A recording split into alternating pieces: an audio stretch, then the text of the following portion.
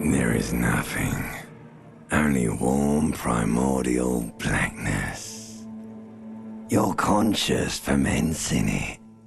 No larger than a single grain of malt. You don't have to do anything anymore. Ever. Never, ever.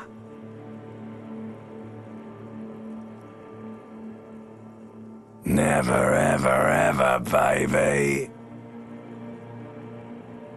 An inordinate amount of time passes. It is utterly void of struggle. No ex-wives are contained within it.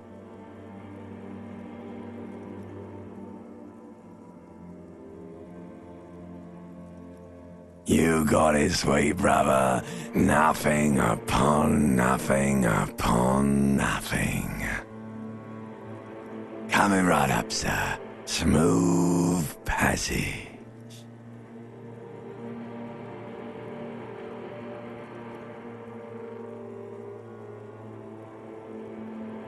Alright, nothing town to fuck all borough.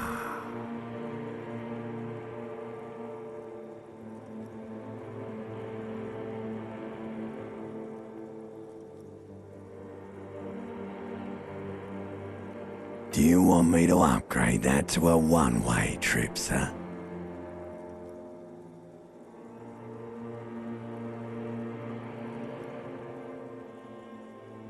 The song of death is sweet and endless. But what is this? Somewhere in the sore, bloated man meet around you. A sensation. Like a fly to the ointment, your conscience sticks to it. The limbed and headed machine of pain and undignified suffering is firing up again.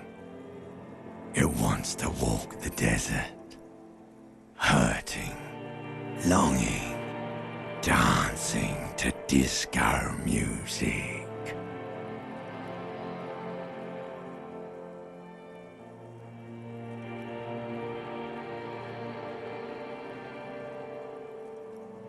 The stench of liquor rises from your mouth, and with it, an ungodly headache.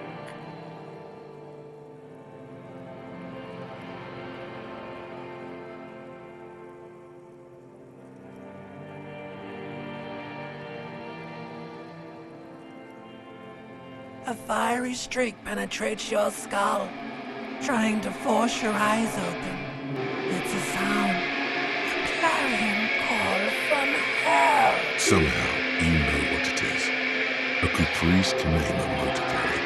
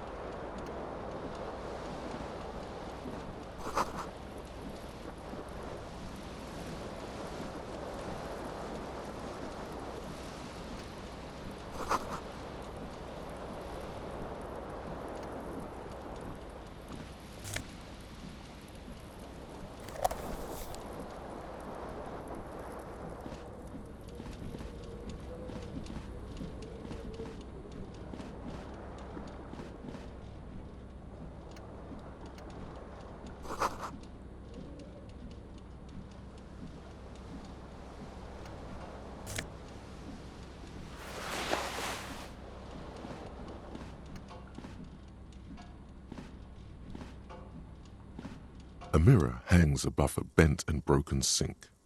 In a fierce discharge of masculine energy, someone has ripped half the faucet off. Hot water sprays from the base, and steam covers the mirror. You cannot see yours. Suddenly, you realize you have no memory of the face that awaits you there, underneath the soft vapor. As you slowly reach your hand, abort. You clearly have not thought this through. You won't like what you see there, and you will never unbecome it.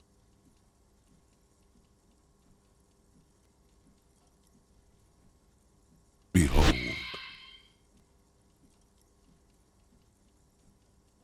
You have no idea who this thing is, do you?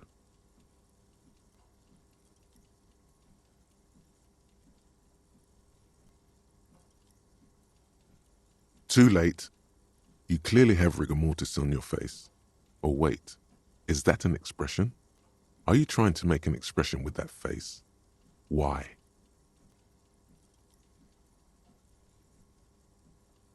Please stop. It's horrible. You're scaring yourself. Oh my God. You can't stop. It's like it's not even voluntary anymore. You have worn that grin into your face and now it won't. What does it even mean? What is the emotion you're trying to convey?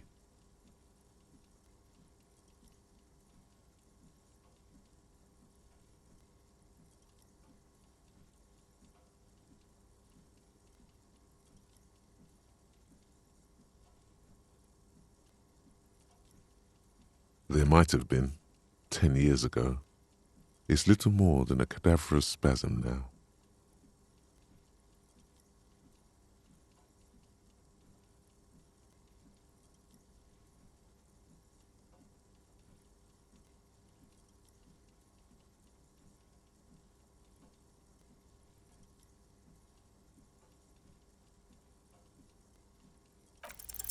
Like the rest of you, it comes from a bad place somewhere in the past.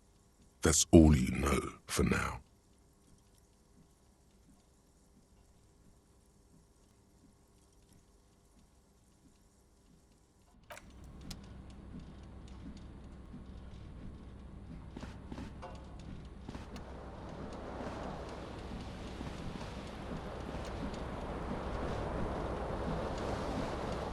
This fan has two chain pull switches.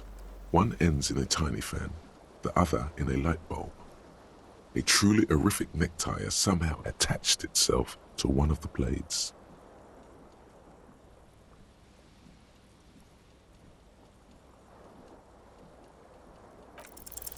You reach out to grab the tie, but what's this? Diffuse, radiating chest pain. Doom comes over you. This is bad. Feels like sharp stones grinding in your for quite a long time. Still ongoing. Now is a good time to start. Finally, the pressure recedes. You find yourself covered in cold sweat and trying not to move, hoping it will keep you from dying. A terrible mistake. Turn the lights off immediately. You can practically feel the photons burning a hole in your brain. The lights are off.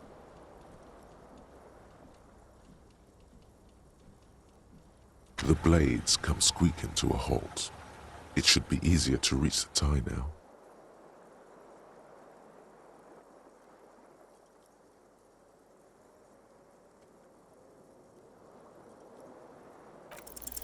You swoop up and catch the tie. Snap! It's released from the blade. What you have in your hand is a truly hideous necktie with 4 or 5 different patterns.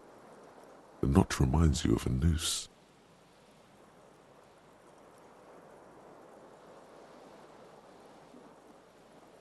A terrible mistake. Turn the lights off. Your eyes burn with photosensitivity. It's not good. The lights are off again. The switch must be broken because nothing happens. The air in the room is starting.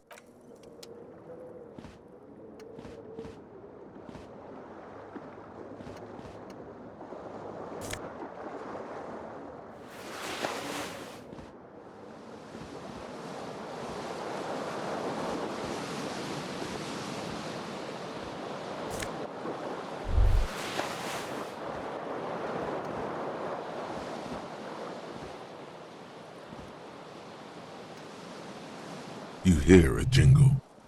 keys are clinking in the pocket of your flare-cut pants. It says, whirling in rags, on the aluminium keyring.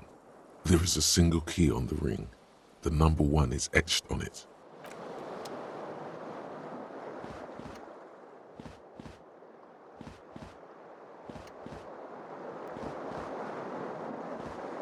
The window stands broken in its frame. Cold wind blows in.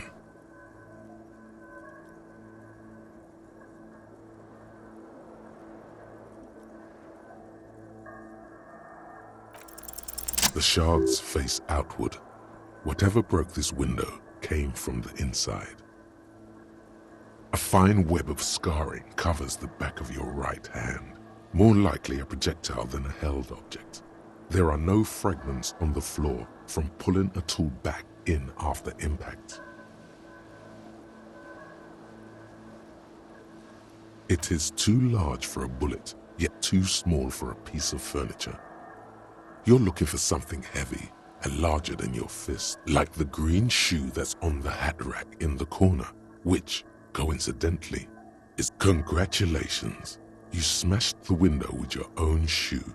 Now you only have one. If you're lucky, you can still find the other on the balcony outside. The door to it should be outside your room. A cool wind gushes in. Your toes curl up from the cold.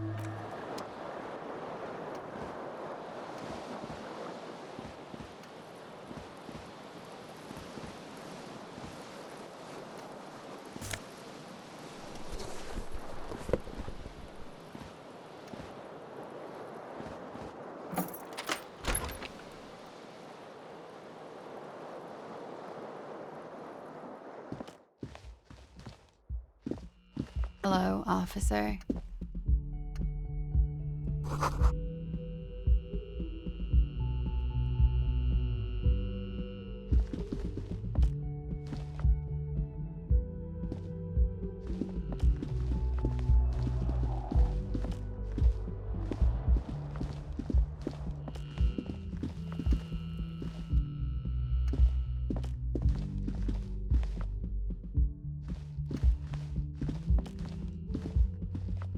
The young woman raises a cigarette to her lips. Her eyes are brown and her face is speckled with birthmarks. She can't be more than 28.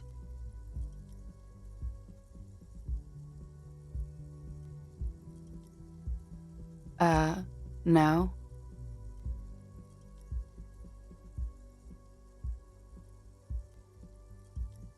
Because you're a police officer, sir.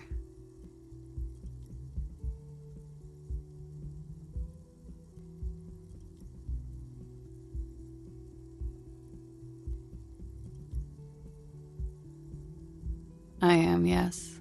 Unless you've been feeding us a set of very well-rehearsed lies all this time. You've been here for 3 days. On official police business, no less. Couldn't say.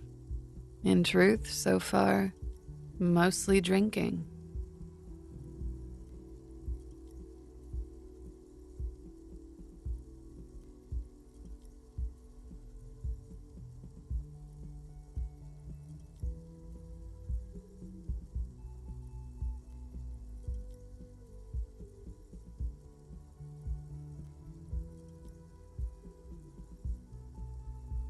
Of course. Be careful, officer. They don't like the police around here. Something stirs in you as she's about to go. Call it an instinct, a need. The need to ask questions. She looks back at you, a light glinting off her eyes. Yes?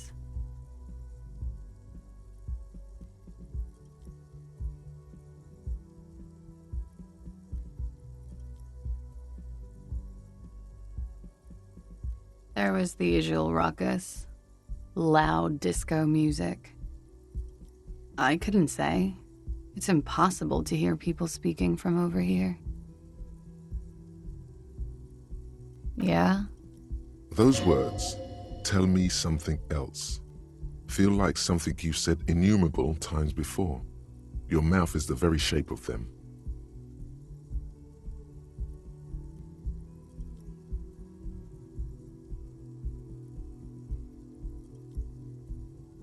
The dock workers are pretty cocky. They think they're police enough. At least here on the coast. I can't say about the rest of the city.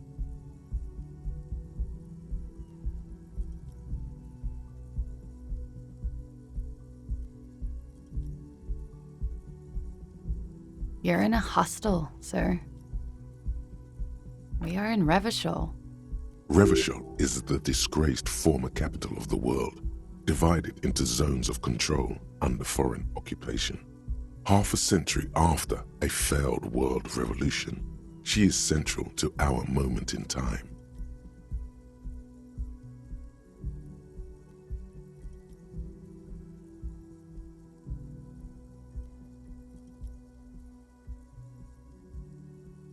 Yeah?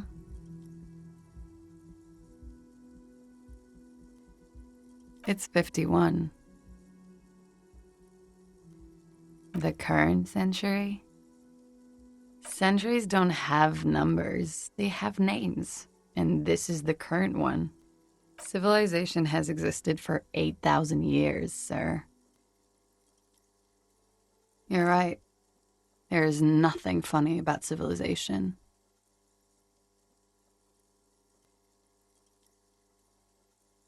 Glad to have been of assistance.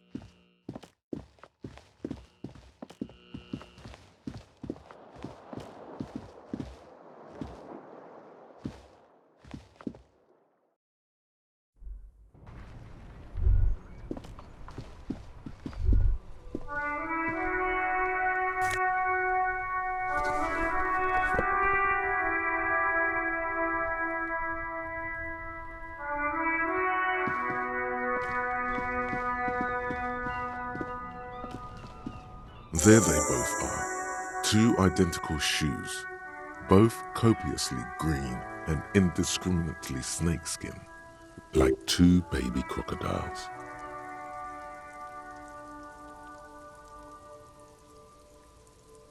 It's pretty clear a normal cop is not what you are. Good, they're balanced, comfy.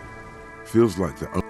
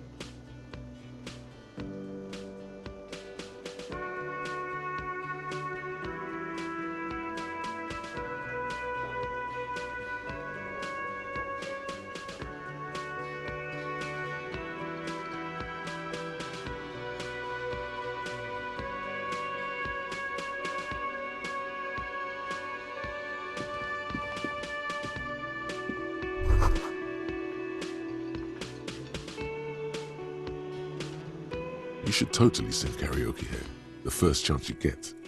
Your emotions need to be expressed. People need to know your vast, oceanic soul.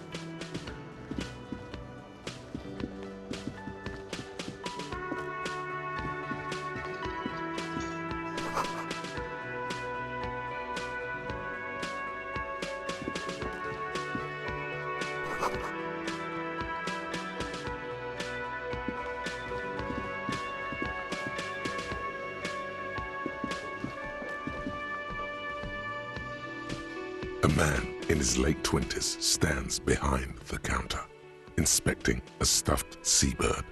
And that was disdain in his eyes. Even now he's purposely ignoring you.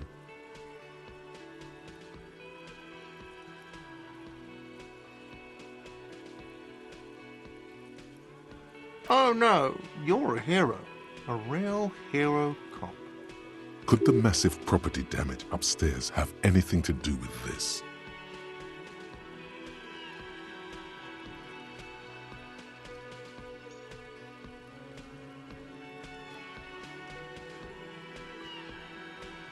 Am I? Or did you ride in, take the body down, solve the murder, and not trash my hostel room?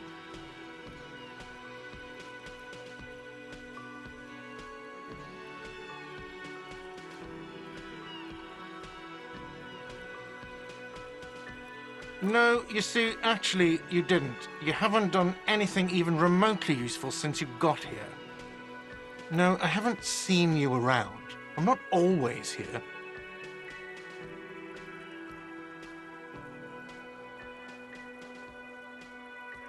A competent work of taxidermy. The white and brown seabird lies among piles of coasters and drying mugs.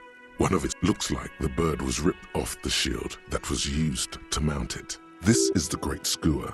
The seabird is the symbol for the discovery of the Insulindian Isola, the part of the world you are in right now. Something about it makes you feel bitter.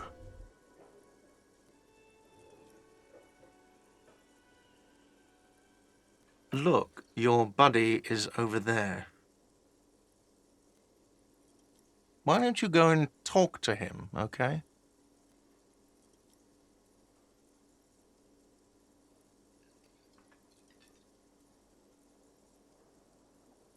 He pretends not to hear you, concentrating on the bird instead.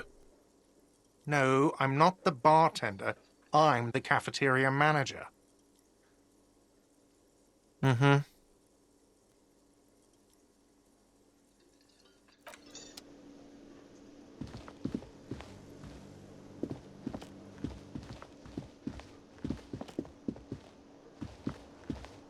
Hello, sweetie. You shouldn't keep your colleague waiting.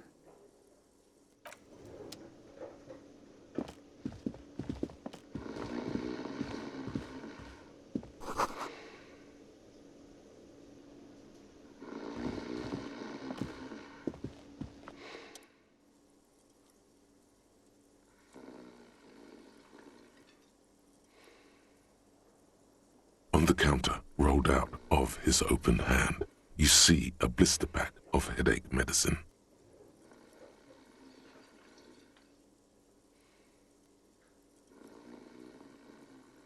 The man does not mind. You probably need them more than he does. You've just picked up some magnesium. This item is stored in the bottom left corner of the screen above your character portrait. Use magnesium to heal your morale if you have morale damage.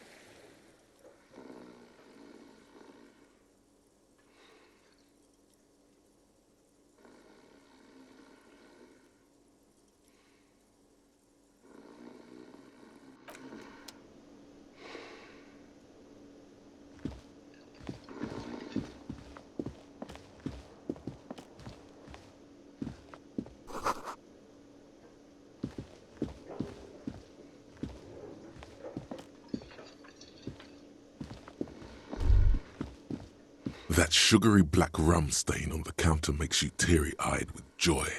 It's almost touching how syrupy and sticky it is. How long have you been up already? Sweet Lord, a whole hour.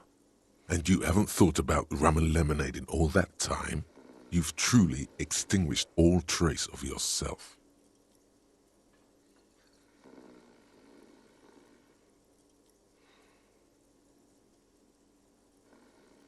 Maybe you haven't turned out well for your drinking. Have you thought about that? Get a goddamn rum and lemonade into yourself, boy. Or better yet, lick that stain off the counter. What happened, man? You used to be cool. Go get your boring normal person drink then. Get your drink on and your act together.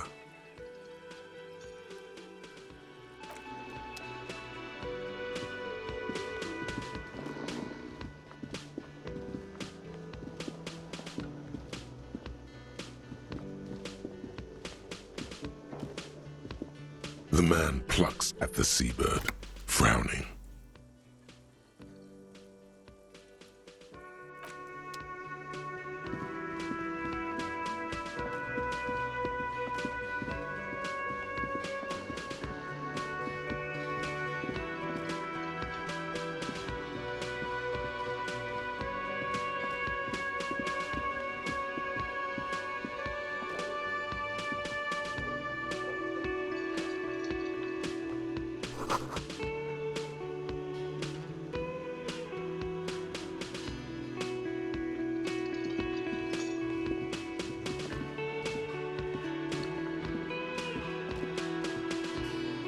A bespectacled man in an orange bomber jacket is tapping his foot on the floor. Looks as you approach, he narrows his eyes and if an assault were launched on this building right now, if the windows came crashing down and the whole world descended upon you, this man would hurl himself in death's way to save you. You are sure of this, but why?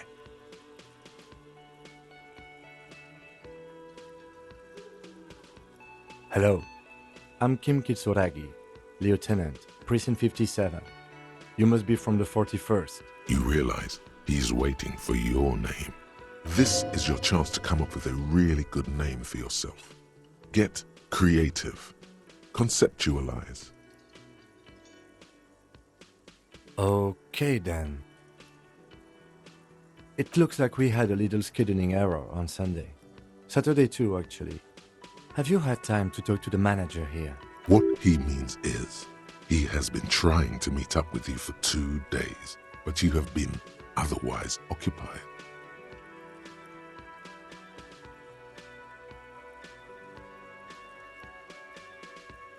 If you don't mind, we should talk to him again. Ask him for a rundown of the area. now that I'm here as well. I understand the scene is out back, right? It also wouldn't hurt to assure him the police are finally here. In full force, I mean. Have you mapped out the initial interviews?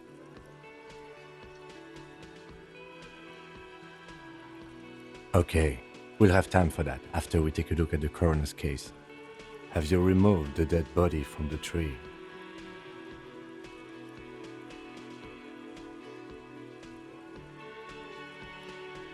So, the body is... This is the first time you detect a weariness in the lieutenant's voice. It is obvious he would have preferred... where it has been hanging for 7 days straight. We should go there as soon as we are done talking to the owner.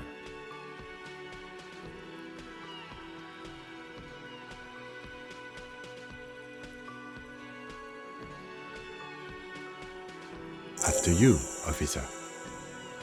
If you're about to embark on an investigation, shouldn't you have a badge?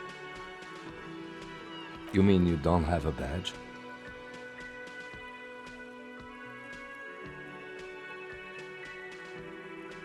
Losing your identification card is a serious matter.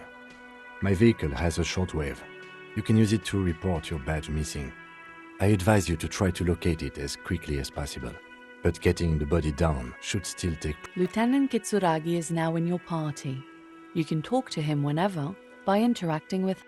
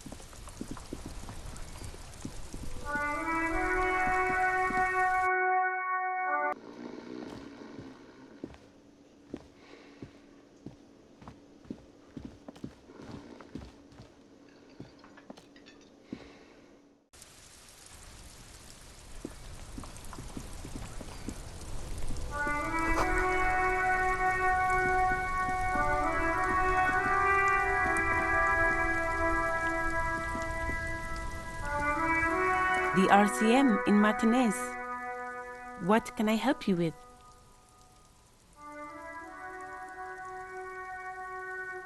Of course. What can I help you with?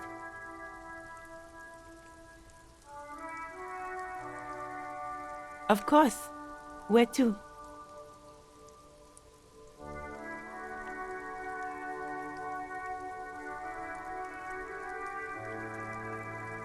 Oh, that's right there, in the yard. She's relieved someone has come for it, finally.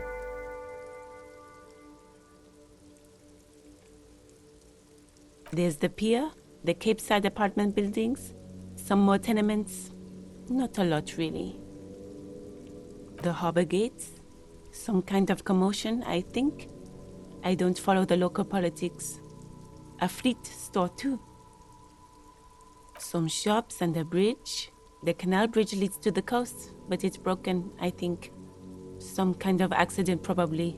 Just coast. There's a little fishing village there, and a fish market. But that got closed down ages ago. It's just water. No, actually, I think they call it the Martinez Inlet. There are some islands in the bay, but they're hard to reach. What do you mean?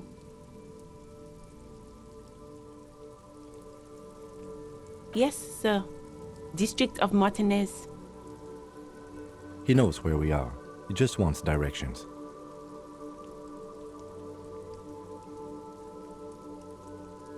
No problem.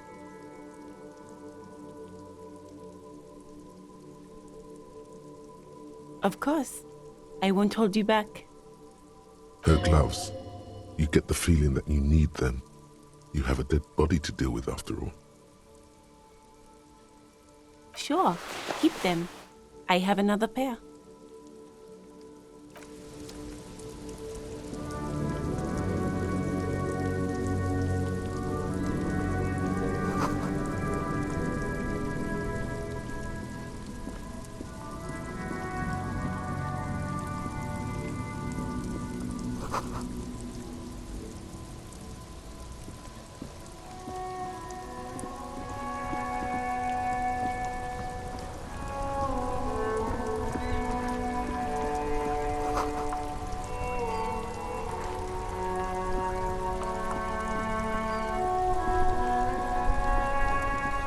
The worn and beaten wooden planks of the bench do not look overly... We can sit on benches after we've solved the murder. You can revisit the bench if you ever need to pass the time when Lieutenant Kitsuragi...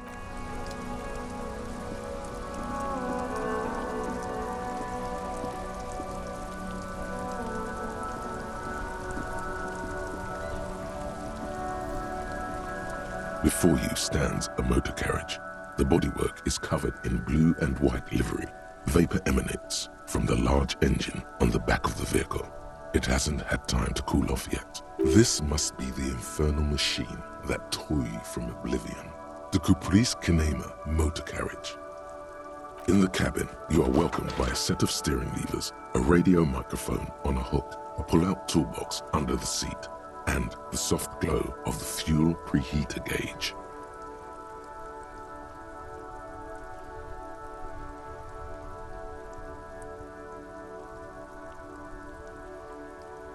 The frequency tableau lights up, and the green button labeled Prime Line glows like a feline eye. The soft purr of electrical kittens, radio waves cast far and wide over the... This is Precinct 57. Hello, Lieutenant. How may I assist you? Hello, Alice. Please assist our colleague from the 41st Precinct here. I'm putting him on.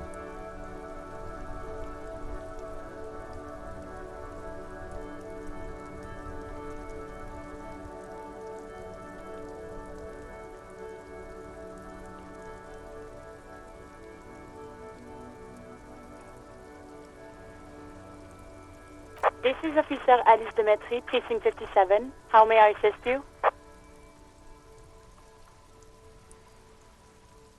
Just a second, officer. 10-2, 10-5. A scrawny old man sits in a dusty cubicle, smoking, with a large white rectangle sewn on his vest. In front of him is a box-shaped apparatus with an array. The man uses relay code. You got this. You're a cop, and cops know relay code. 10-4, message received. 10-5, relay message. What's your status? Over. 10-18, state your message, sir.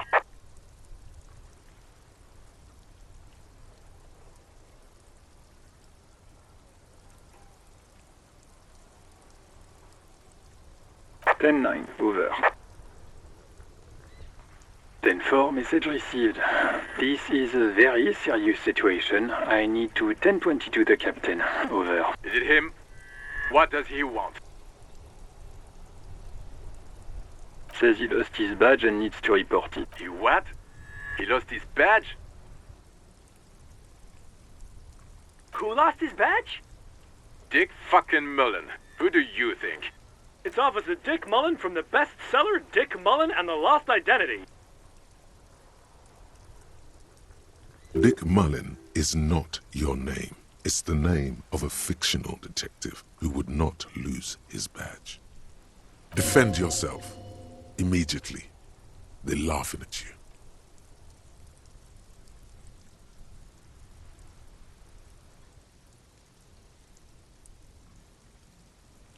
Ten-4, I hear you, officer. I'm just going to make a note here that you are in pursuit of your misplaced badge. Over. Fuck me. Mac, come here. You've got to hear this. Dick Mullen. What's going on? Super Cop here lost his badge. He lost his what now? His badge. He lost his goddamn fucking badge.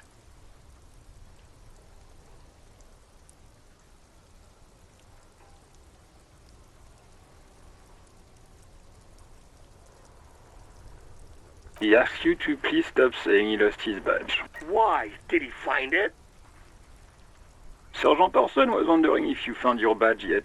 You don't have a comeback. Sorry. It's hard to think like this. He's not replying.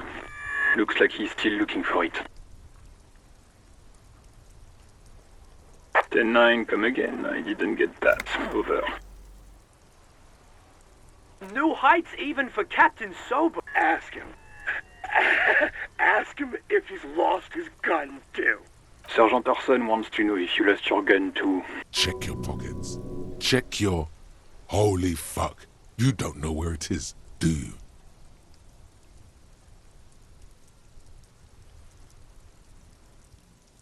Okay, it's gone. Your gun is... 10-9, come in, officer. Did you get my question? We were wondering about your gun. Over.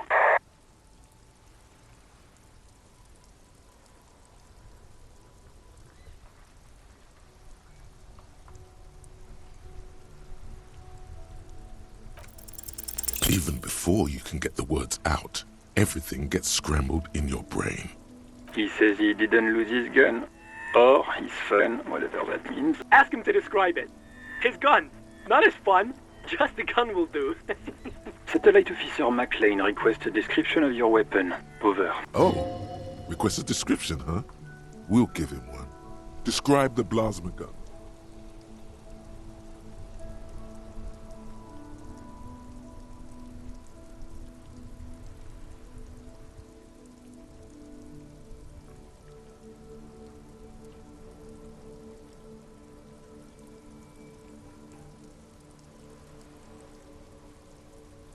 Then I'm come again, please. Over.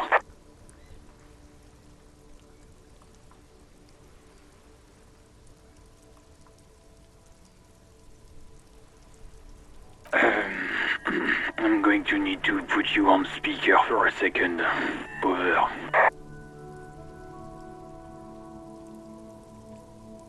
The officer is describing his genitalia in exaggerated terms. Host in heaven. Did he lose his gun and his mind? Dear God, he lost his gun. Oh my, I can't. This isn't really a laughing matter. Mac can face a giant of Coco Nur by himself, but Disco here made him piss his pants. Oh, I can't. Fuck. He lost his... Ask him if he still got his wiener. I'm not going to. Ask him. Sergeant Orson here is wondering if you are still in possession of your genitalia. Over.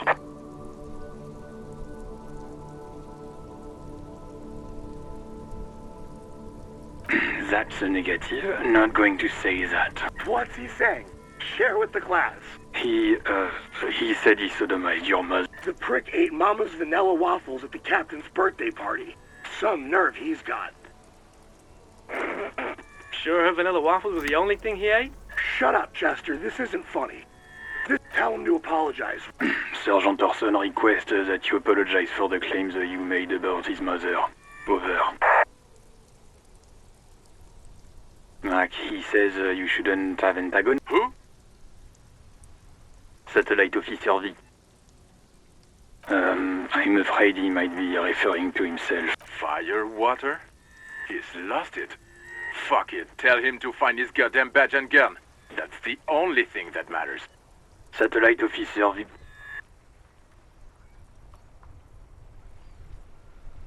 Then for affirmative, officer is in pursuit of his firearm. Oh, God,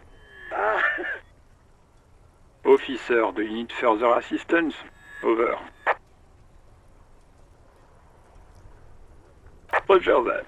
10-10. Over and out.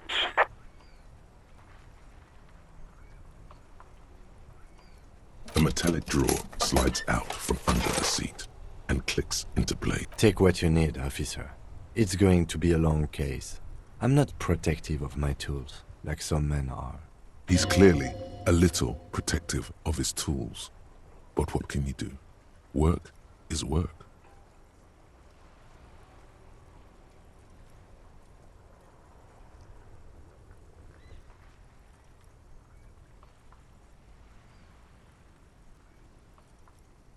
It's robust, weatherproof, and well-made. Police issue lets you see things in the dark you would otherwise miss.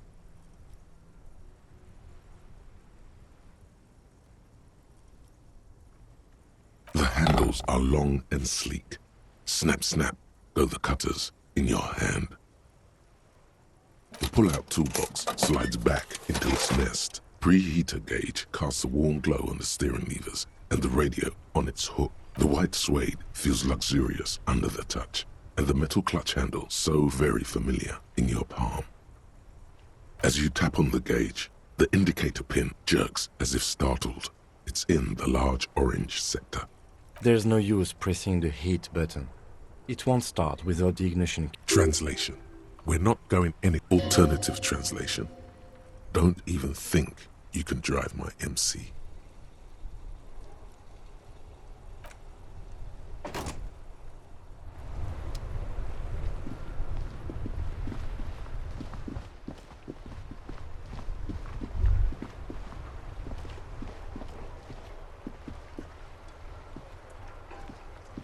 This Post Lavantorie mail collection box has been heavily vandalized with graffito. A closer inspection reveals 2 bullet holes in the front.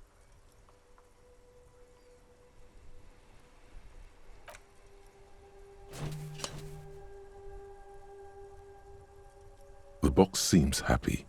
Eat shit, pig, fucked by the coon, and St. G with a crown have been scribbled on it. Jenny is a whore, and best set mailbox also.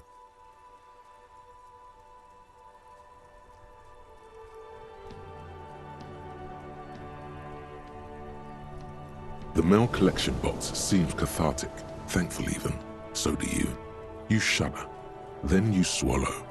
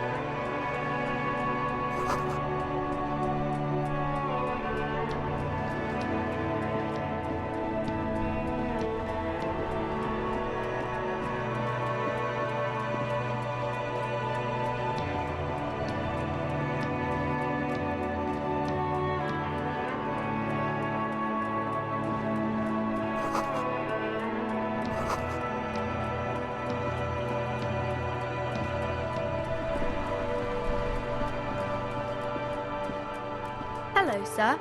Step right in. The store is open.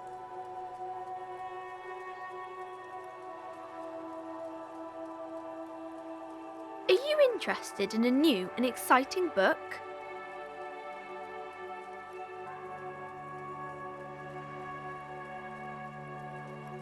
It's a bookstore, sir. We sell books, postcards, and some board. Whoa, whoa, whoa, whoa. Hold your horses, little girl.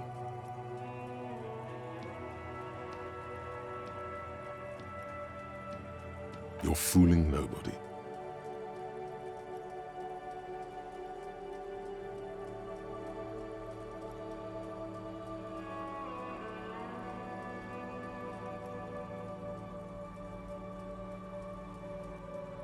Sir, are you okay? You've been standing here silently for a while now. Okay, sir. I'll try to answer any questions you have. I hope they're about books.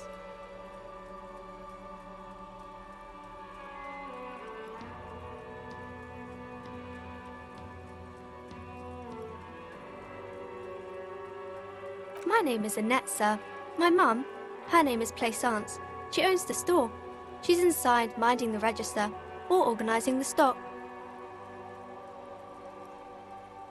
Feel free to step in and browse our wares. I'm signalling that the store is open.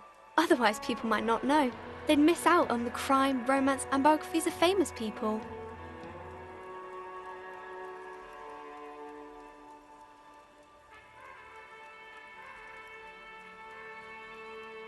Thank you, sir. I'm happy to help Mum out with the store.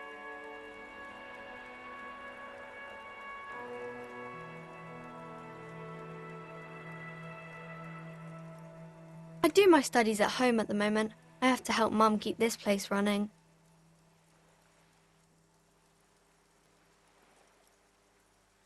Mum says it's necessary to do both because it builds character. Mum says a proper worker is dutiful. That's how you get ahead in life. You succeed. Mum says it's peachy. She was a little afraid at first. There's talk about this house being cursed. Behind her, the window has been boarded up. You sense the boards creaking, twisting for a second, and some kind of doubt in her tense shoulders. Cursed in the way that makes them say that no business has ever really thrived here, sir. That they all go...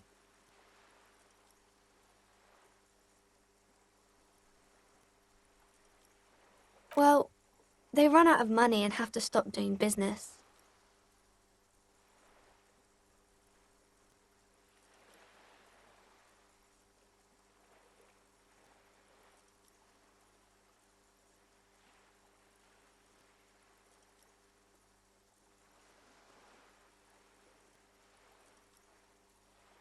They shouldn't be, but they seem real.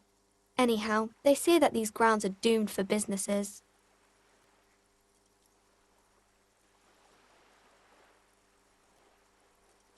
Of course, sir.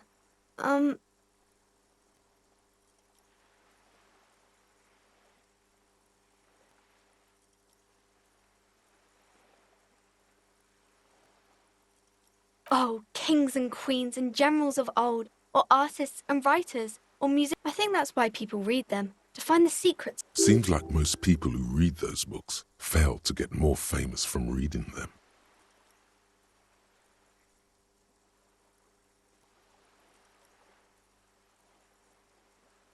Mm-hmm.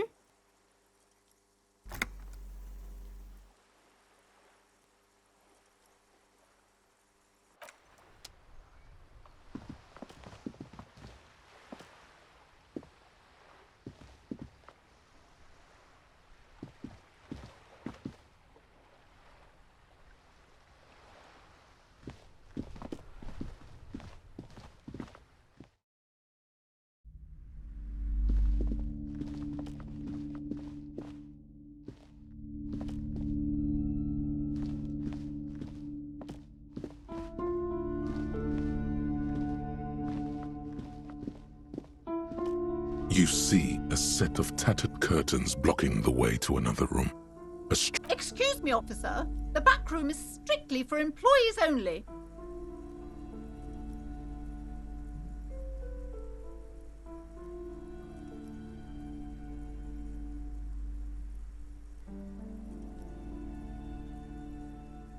Nothing.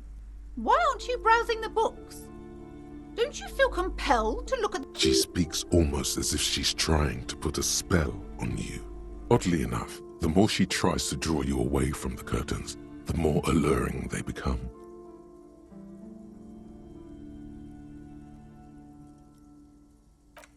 You see some kind of charm, an irregular polyhedron assembled from bones, sticks, and straw.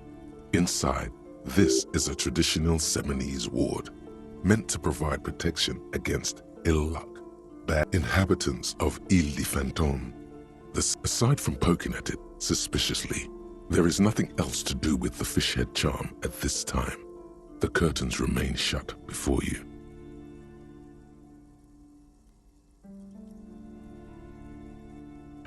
Just as you're about to pull apart the curtains. Sir, don't touch that. I told you it's off limits for the customers. Parapsychologically speaking, we're done if you decide to open them. I won't be held responsible for the consequence. She looks away, mumbling. Why is everyone always messing with the curtains? Why can't they just buy books like normal people?